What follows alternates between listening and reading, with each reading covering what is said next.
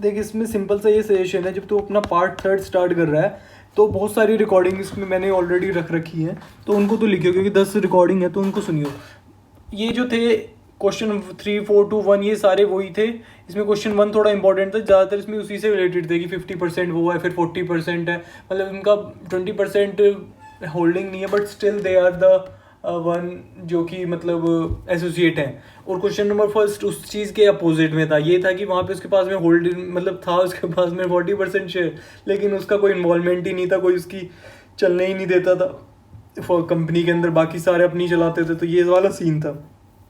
Question 6 में general entries थी, share हाउसिया, ये सिंपल था, ऐसा कुछ नहीं था। 8th में, 6th में, 7th में ये था कि post acquisition profit of associates के अंदर वो डेप्रिसिएशन के लिए मैंने 3rd and 4th रिकॉर्डिंग भी की थी, वही थी कि 4 लाख है और उसमें से इन्होंने रादर देन एक्स्ट्रा डेप्रिसिएशन को अलग से दिखाने की बजाय इन्होंने ये किया कि उस डेप्रिसिएशन को सब्ट्रैक्ट कर दिया। और उसका भाई एक ही लॉजिक है कि हमने जो इनके नेट एसेट है वो फेयर वैल्यू पे ले रखे हैं, तो उन्होंने उतना डेप्रिसिएशन नहीं दिखा रखा होगा डेप्रिशिएबल एसेट्स के ऊपर जितना हमें दिखाना चाहिए accordingly to compute the actual profit.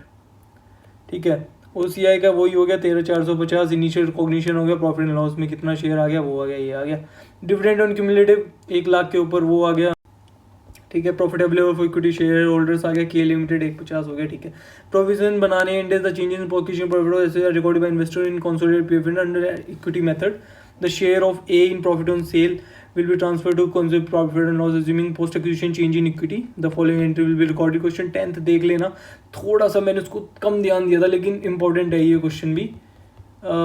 लिखा नहीं है सर ने बट फिर भी तो एक बार 10th क्वेश्चन जरूर देखियो। New points to be discussed under, रोक ले एक बार वीडियो, अभी एक बार पहले देख ले। New points to be discussed under equity method, वो यही है कि अगर shares in associate is held by investment entity, अगर ये इन्वेस्टमेंट एंटिटी का जो हम ये कंसेप्ट पढ़ते थे कि वो या तो सिर्फ कैपिटलाइजेशन के लिए इन्वेस्टमेंट करती है या फिर मतलब शेयर अप्रिशिएशन के लिए या फिर इंटरेस्ट जो इन्वेस्टमेंट इनकम होती है उसके लिए करती है वो। ठीक है, तो इसके अंदर हम क्या कर रहे हैं, प्रोविजन ऑफ इंड AS 28 इसमें ना वो एग्जेम्प्टेड होता है कुछ, वो मतलब एज पर इंड AS 110 वो एग्जेम्प्टेड होती हैं और अकॉर्डिंगली वो इंड AS 28 से भी एग्जेम्प्टेड होती हैं। If such an entity shall have investment as fair value under IND AS 109 FVPL, तो वो जो अपनी वो एक एंटिटी जो ये वाली होगी वो वैल्यू करेगी इन्वेस्टमेंट को एसोसिएट के at fair value under IND AS 109, IND AS 28 नहीं लगाएगी वो। लेकिन इसकी एक एग्जम्पशन है, अगर वो इन्वेस्टमेंट एंटिटी जो है और उसकी जो पेरेंट और अदर मेंबर इन ग्रुप में एक्वायर कर लेते हैं इन्वेस्टमेंट इन एसोसिएट टुगेदर, जो कि मतलब उससे ज़्यादा हो गया, मतलब 10% उनका पहले था इन्वेस्टमेंट एंटिटी का, 15% और आ गया तो 25 हो गया ना टोटल। हाँ जी, then we will apply IND AS 109। ठीक है, FVPL on investment held by investment company, अगर वो इन्वेस्टमेंट कंपनी में मतलब हेल्ड बाय इन्वेस्टमेंट कंपनी है, लेकिन IND AS 28 हम जब लगाएंगे when on investment held bye non investment company, जो हमारा क्लाइंट है एक तरह से वो नॉन इन्वेस्टमेंट कंपनी है, तब हम IND AS 28 लगाएंगे और तब उन्होंने वो होल्ड कर लिए ज़्यादा इन्वेस्टमेंट और इस तरह से वाला वो सीन है। अगर इन्वेस्टमेंट कंपनी है देन तो भाई हम 109 लगाएंगे और कुछ नहीं है। तो इसके ऊपर ही बेस्ड एक क्वेश्चन था, क्वेश्चन 7 वो देख लियो, ऐसा ठीक ठाक है वो भी। Investment in associate are classified as held for sale, अगर कोई इनको एज हेल्ड फॉर सेल लिख दिया एज पर IND AS 105, ठीक है, लिख देते थे ना कि हमने उसकी इन्वेस्टमेंट 105 में कर रखी है कि ये इन्वेस्टमेंट इक्विटी में हमारी ये हमने as a held for sale लग रखी है, तो भाई इस केस में तो एप्लीकेशन जो है ना IND AS 28 का वो हट जाएगा for such investment, because application 105 will be made for such date. ठीक है, इसकी एक एग्जम्पशन है, if investor still retains some share of investment in investee after classifying a portion of investment as held for sale, then उसने भाई कुछ portion रख लिया, ठीक है, पूरा नहीं सेल किया, 20% रख लिया, 10% रख लिया, जितना भी रख लिया, won't get into it, रख लिया बट उसने कुछ पूरा नहीं सेल किया। ठीक है, तो हम उसके लिए 2 पार्ट में उसको डिवाइड कर देंगे। तो एक पहला तो हो गया, अगर उसने रखा है तो भाई उसको IND AS 28 उस पर लगेगा नहीं, बट अगर उसने कुछ बचा लिया तो उसका ट्रीटमेंट इस तरह से होगा, लेस देन 20% बचाया उसने, मतलब 20% से कम बचाया, 0 से 20% या फिर 20 से 50% के बीच में, तो हम अप्लाई 109 लगा, तो हम 109 लगा देंगे और रिटेन्ड इन्वेस्टमेंट जो भी हमने बचाई है। फिर अगर 20 से 50 के बीच में तो हम कंटिन्यू करेंगे application of Ind AS 28 equity method on retain portion, क्योंकि वो 20% से ज़्यादा है और वो अभी भी एक तरह से हमारा इक्विटी पोर्शन वो एसोसिएट है हमारी, उसके बेसिस पर हम उसको 28 से ही डील करेंगे और उसी तरह से उसको हम आगे उसकी अकाउंटिंग करेंगे. So Ram Limited will continue application of equity method for 40% shares in Sham. So here we will discuss about the entry for derecognition of associates. Apply equity method. ठीक है, वो क्वेश्चन 15 के लिए बता रहा है कि क्वेश्चन 15 के अंदर वो यही लगाएगा. Equity method he will continue to use because Shyam limited still has 40% investment. Ram limited has still 40% investment in Shyam limited. So derecognition का एक केस आ जाता है, ये वो उसकी एंट्री है. बैंक अकाउंट डेबिट, भाई जितने का तुमने बेचा आ गई अमाउंट. इन्वेस्टमेंट डेबिट, जितने की तुम्हारी फेयर वैल्यू भी उसमें बचती है. इन्वेस्टमेंट एसेट जो उसकी भाई कैरिंग वैल्यू है, जो बच गया उसको भाई प्रॉफिट एंड लॉस में इसको, ठीक है, जो भी आएगा. तो gain on revolution, gain on something जो होता है ना, gain on loss on above entry, gain on sale of this, gain on sale of that, उसको तू ट्रांसफर भी करेगा P&L में. कर ही देना, मतलब एक रिस्क मत ले, ठीक है, कर ही देना उसको भी. वैसे सर ने बोला था कि मर्जी है, ऐसे कुछ करके बोला था. जैसे gain on D recognition, sorry है ना, देख डी रिकॉग्निशन यार, it is the good word, it is the appropriate word for this, suitable word for this. So D recognition associates, ये हो गया ना, एसोसिएट इन्वेस्टमेंट हो गया, वो हो गया, ठीक है. 11th क्वेश्चन है यार, इसके ऊपर एक बेस अनरियलाइज प्रॉफिट आ गया 16,000 रुपये का. इसमें सर ने बोला मेरे से बहस मत करना, वो सब चीज़, तो मैं करूँगा क्यों, मेरा क्या मतलब. मैं 16,000 रुपये यार अनरियलाइज प्रॉफिट है 4 लाख के, उस पर कोई अनसोल्ड इन्वेंट्री पड़ी है, उसमें मेरा 4 लाख के ऊपर 10% का वो प्रॉफिट बनता है और 40% मेरा उसमें हिस्सा है, तो मैं 16,000 से उसको रिवर्स कर दूंगा. यहाँ पे कुछ लोग बकवास कर रहे थे कि ये ऐसे नहीं होगा. भाई यहाँ पर ना, जो अब हम एसोसिएट के बारे में बात करते हैं, तो सब कुछ नहीं ले लेती अपनी उसका एसोसिएट का एक इन्वेस्टमेंट कंपनी.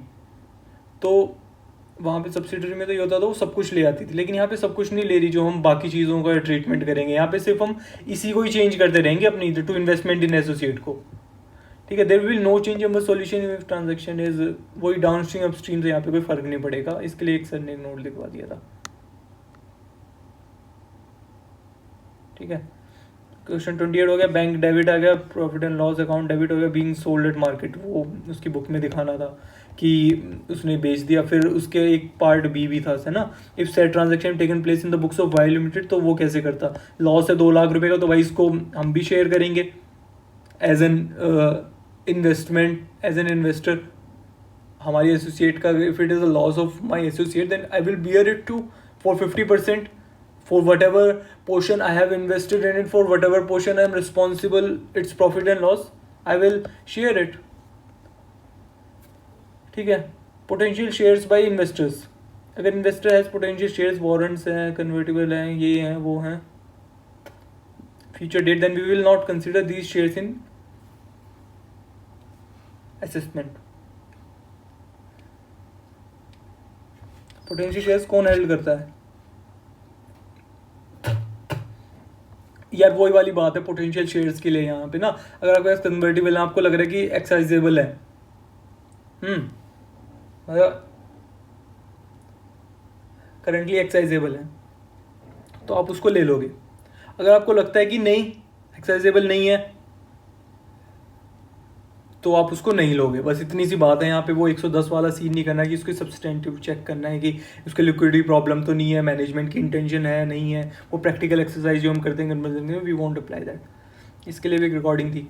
क्वेश्चन 5 हो गया, एम ही था वो, accounting for losses in associate in CFS. एक थ्योरी के बेस पे था, लेकिन सर ने बोला था पढ़ लेना, और जब ये आए तो ये थ्योरी लिख देना, वहाँ पर आ सकता है क्वेश्चन 5 ऐसा भी बोला था.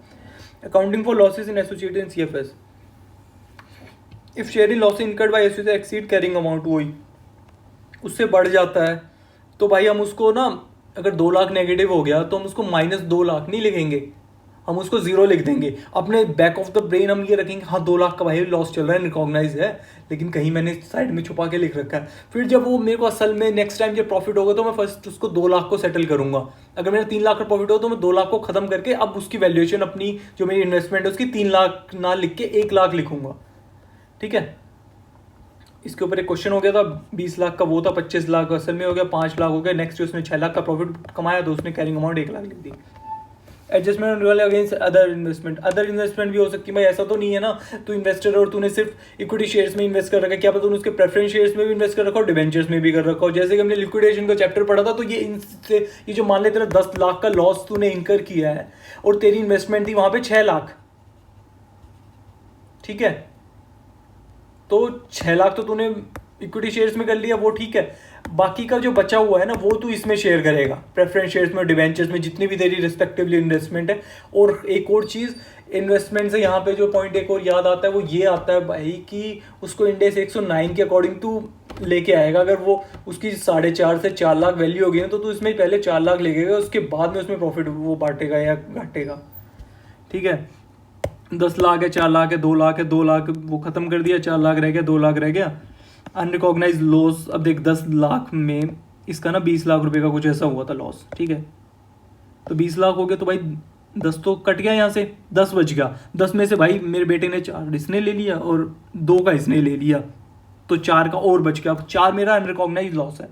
फिर आया मेरा प्रॉफिट 24 लाख का, तो भाई 4 लाख मैंने पहले ये खत्म किया। अब मेरे पास रह गए 20। अब 20 को मैं किस तरह से बांटूंगा? पहले तो भाई जो ये है डिवेंचर्स, और यहाँ पे मैं फिर से एक बार फेयर वैल्यूएशन वो चेक करूंगा कि अब मैं उसमें कितना जो कर सकता हूँ, उसकी असल में वैल्यू कितनी रह गई है अब, तो मैं अपने लॉस के अकॉर्डिंग मैं उसमें कितना उससे सेट ऑफ कर सकता हूँ, ठीक है। तो ठीक है, अब ये हमें लग रहा है इस क्वेश्चन के अंदर 2 लाख ही रहे हैं, तो हमने 2 लाख कर दिए, ठीक है, 4 लाख कर दिए। फिर रिकवरी ऑफ इक्विपमेंट, अभी तो सिर्फ चीज़ें नॉर्मल हुई हैं इस पॉइंट पे, क्या नॉर्मल हुई हैं। 20 लाख का तेरा प्रॉफिट अभी है, बच रहा है, ठीक है। उसमें से तूने 2 लाख यहाँ डिस्ट्रीब्यूट कर दिया, तो तेरी वापस वो वहीं पे आ गई ना। ये जो तेरा 2 लाख का है ये तूने इससे सेट ऑफ तो कर दिया, तो जब तूने ये काट दिया तो वापस ये वाली अमाउंट यहाँ उठ के आ जाएगी, ठीक है भाई, ठीक है, सॉरी हाँ। फिर उसके बाद में 40,000 या 4 लाख, जो भी है 4 लाख है यार, साला लिखता ढंग से नहीं है ये, और ये 2 लाख है, ठीक है। फिर वो 4 लाख आ गया, जो बच गया वो भाई यहाँ आ जाएगा 14 लाख, क्योंकि रिकवरी ऑफ इक्विपमेंट कितने से हो गया? 14 लाख से। देख सिंपल सी बात है, 24 लाख रुपए का वो हो गया, पूरा लॉस खत्म हो गया ना। देख 24 लाख का आया था, उसमें से तेरा अनरिकॉग्नाइज लॉस था 4 लाख का, वो तूने सेट ऑफ कर दिया। अब रह गया 20 का, अब तेरे पास ये 20 लाख का प्रॉफिट है, ठीक है, कोई लॉस नहीं है, कुछ नहीं है, तो 2 हो गया, 4 हो गया, तो अब ये बच गया तेरा 14 लाख। तो फिर अब आता है केस थर्ड में वो ये कैरिंग अमाउंट ऑफ 109 पे लेंगे, इसके ऊपर ये बेस्ड एक क्वेश्चन था। वो ही एक इंपॉर्टेंट पॉइंट है इसके अंदर कि ये एक तो अनरिकॉग्नाइज लॉस, देखिए यहाँ पे 2 लाख माइनस 1 लाख ले लिया था ना लॉस, इसके अंदर 1.5 लाख हो गया था। इसको मतलब देख लेना थोड़ा एक बार और क्वेश्चन को।